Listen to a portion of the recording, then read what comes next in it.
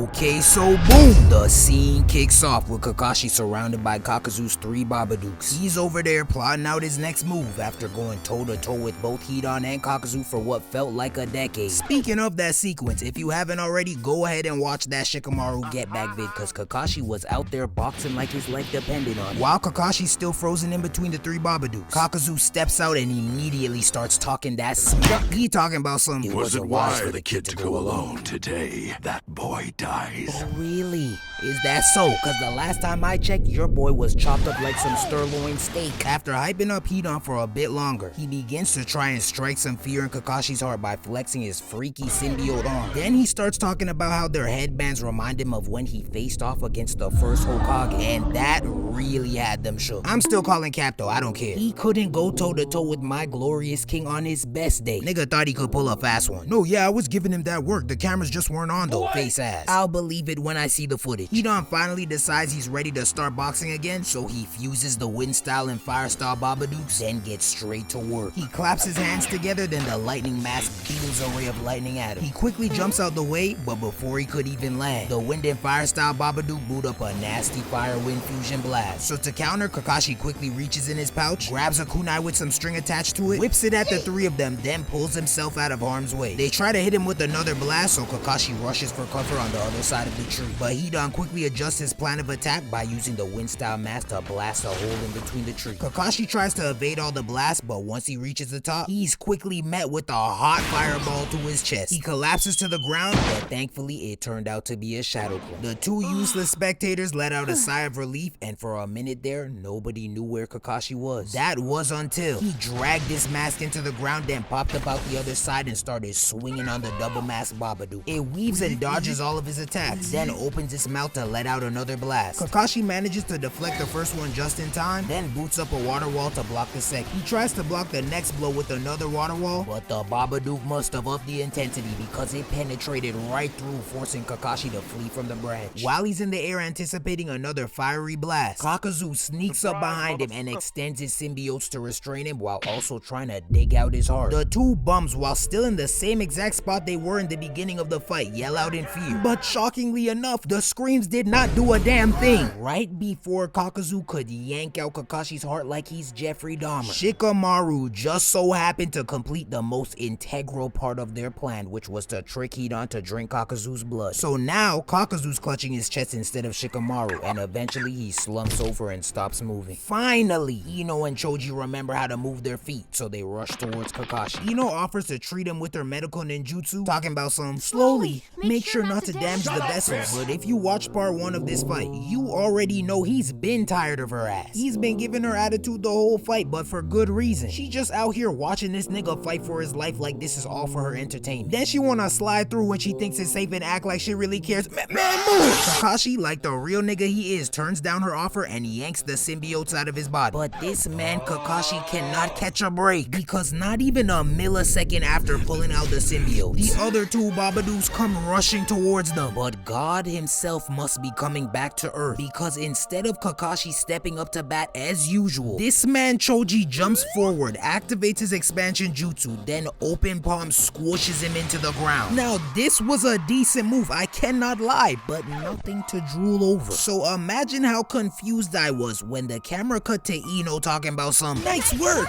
way to go Choji. Are you Oh my days, this nigga is boo-boo. When such a simple combo garners this type of reaction, it is safe to say that very little is expected of you. Choji's like one of them kids that bring you a drawing and you gotta be overly hyped about it. Hey, look what I made. Oh my gosh, wow! That is amazing. We gotta put that on the fridge. No, we gotta get this a billboard. This is astonishing. When in reality, that is the ugliest piece of artwork I've ever seen in my life. Bro, look at this basic ass combo. And look how he's smirking after Ino gassed him up. This man is a disgrace. After basking in the glory for a bit longer, his light is quickly dimmed when this symbiote begins to wrap around his arm. He immediately shrinks down to his normal size, then Cha-Cha slides on out of there. But while Kakashi and Ino's attention was on Choji, the double mask Babadook pops up out of nowhere and boots up a fire blast. Kakashi and Ino manage to jump out the way, then the lightning Babadook hastily jumps into Kakuzu's body. And that is when we see this man Kakuzu and his bloodshot red eyes slowly stand up to stare them down. Both of them are now trying to figure out what they just witnessed. But before they could finish their calculations, the second Babadook rushes into Kakuzu, and now this nigga is hitting the filthiest Harlem Shake I've ever seen. Like, that nigga was really hitting that. Okay, Kakuzu, go ahead. The Harlem Shake eventually comes to a halt, and now he's standing there in full form, ready to take each of their hearts and add it to his collection. But you know Kakashi ain't going out like no punk, so he reaches into his pocket to grab his kunai, but in the blink of an eye, Kakuzu's symbiote pops up through the ground and restrains all three of them. Two Babadooks then emerge on each side of him, and they both proceed to boot up this lethal fire and wind style blast. Just when it looked like all hope was lost, we see two hands pop up out of nowhere to combine a Rasengan with a ripping torrent to create a Hurricane Fortress Jutsu. The fusion was so strong that it dissipated Kakuzu's attack like it was nothing. The smoke begins to take its sweet time to clear, but after seeing that Rasengan, there is no question that a real one has stepped on the scene.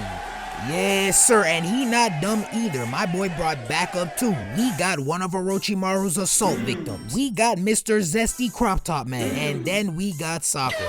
Kakashi, relieved that he doesn't have to carry this team anymore, lets out a huge sigh of relief. Then Ino calls out all of their names with a joyous tone. But y'all already know that my hater gene has been kicked into overdrive now that Sakura is on the scene. Peep how she hit this over-the-shoulder look back like she's cold. That will take it from here. Ask Nam. You are not like that. You've never been like that, and you'll never be like that. Cut it out. Kakashi then sends the two Auralist bums to go help out Shikamaru, and that is when our boy Naruto steps up to bat to really test Kakuzu's gangster. Naruto proceeds to boot up two shadow clones, but he doesn't attack right away. Instead, he lets Kakashi give him the rundown of Kakuzu's abilities. But honestly, that explanation was a complete waste of Kakashi's breath, because that nigga was gonna do the same move regardless. Naruto got some moves, but his bag is not that deep. After giving him that detailed explanation, this man Naruto takes a deep breath, then proceeds to whip up a Rasengan with max intensity. But this one was a little different. It had some kick to it, but he put some extra hot sauce in this one when he was cooking it up. Cause once the camera zoomed out, we see Naruto posted up with this nasty giant Rasen Shuriken. That is what I'm talking about. He's ready to clap that man into oblivion. Naruto then proceeds to charge in behind his lead blockers right towards Kakuzu with his Rasen Shuriken ready to wreak havoc. Now, as epic as this moment was, it was quickly ruined when Choji decided he wanted a piece of the action too. This double XL wide back man here decided to take it upon himself to charge in behind Naruto as if he could be of any assistance. When is this man gonna learn? You're not that guy. You had 30 minutes to make something shake, and you did not impress us one bit. Even Yamato had to humble him real quick. Peep how we stopped Choji dead in his tracks before he could do something stupid. No! Stay away from it. Do you wanna die? That is not a giant blue gumball dummy. You can't eat it. Sit down. Choji reluctantly listens to Yamato, so Naruto continues to charge at him with his clones. The shadow clones shuffle around to try and confuse this beast. Then one of them jump in the air and whips out his kunai. He tries to put that junk right through his skull, but Kakuzu quickly pierces him with his symbiote. So another clone runs around his backside while the other one charges at his face. And now Naruto has him right where he wants him. But I knew this demon wouldn't go out that easy, because all of a sudden, both of his masks open up their mouth and blast the two shadow clones. They both immediately fade away like Designer's rap career. But then out of nowhere, the real Naruto charges in, cocks back his hand, and puts that Rasen Shuriken to his chest. Or so we thought, because once we get a closer look at the collision, we see that the Rasen Shuriken disappeared right before it could touch Kakuzu. Naruto, I know you fucking lying. I just finished hyping you up and you're gonna embarrass me like this? This is a Choji level blunder, tighten up! After staring at each other confused as to what just happened, Naruto jumps back to try and get away from Kakuzu, but he shoots some more symbiotes at his arm and quickly restrains him. Right before he could take his heart out, Yamato extends his wood to save. Hey, whoa, okay. Yeah, oh yeah, that one was good. Yamato attempts to strike Kakuzu with his wooden limb, but Kakuzu quickly ducks out the way. While he's distracted, Kakashi boots up his lightning blade and severs the symbiote. Then he grabs Naruto and brings him to safety. Now that Naruto's out of harm's way, Yamato ups the intensity and tries to poke him with his wood. Yeah, no, I'm done. Kakuzu manages to evade all of Yamato's advances, and now the Leaf Ninjas are back to the drawing board. Kakashi and the others think the best plan of attack is to work together to take him down, considering the fact that they do have the numbers. But Naruto, on the other hand, is begging them to let him face him alone. His reasoning was kinda convoluted. You know how he get with them talk no jutsus, but he just starts speaking Japanese. But whatever he said doesn't really matter, cause I seen right through the lies. All that he really wanted was bragging rights. He's on his J. Cole type time and trying to go triple platinum with no features, and you know what? I'm not mad at it. Just make sure you cook up something delicious and we're good to go. After getting the okay from the rest of the squad, Naruto tightens his headband and gears up to charge at him again. But Kakuzu refuses to be unprepared this time. So as if his other transformations weren't ugly enough, this creature hits another gear, and now he's over here looking like a giant demonic squid. Look! He looked like the girl who crawled out the TV in the ring. Oh nah! Fortunately for them, it seems like Naruto is unfazed, because with zero hesitation, he boots up his shadow clones and starts concocting another Rasen Shuriken. Once the preparations are complete, him and the shadow clones rush towards Kakuzu, but that man is done playing defense, so he rushes towards Naruto too. He leaps in the air, then singles out the Naruto with the Rasen Shuriken, and while still in the air, he rushes Naruto with his symbiotes at max speed, creating a large cloud of dust. And once the debris clears, we see Naruto's lifeless body poked up with his tentacles. Kakuzu's cocky self assumes that the fight is now over, but after what felt like forever, the hole punch Naruto disappears, proving that it was a shadow clone. Before Kakuzu could even figure out where the real Naruto went, we hear a sound so sweet that I almost started drooling. Kakuzu looks to the side to see what it is, and to our eyes' pleasure, we see Naruto and two of his shadow clones gunning towards him from the air with a fat Rasen Shuriken in his hand. He finally gets close enough and puts that junk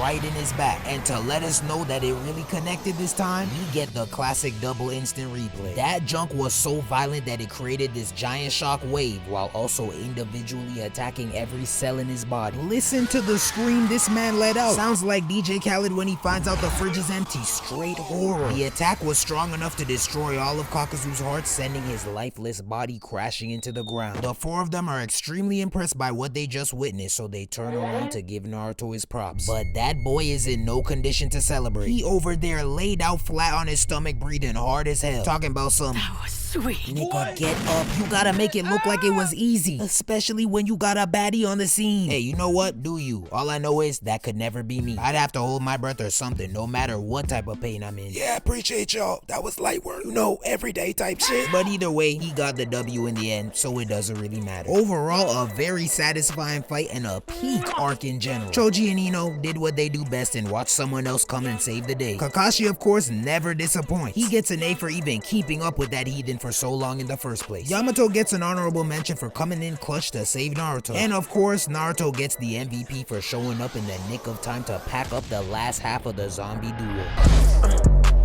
I don't really wanna know. Shorty telling me her name. I don't really wanna know. Had to wake up, go to work. I ain't really wanna go. God be with me on my side. He be with me on the low.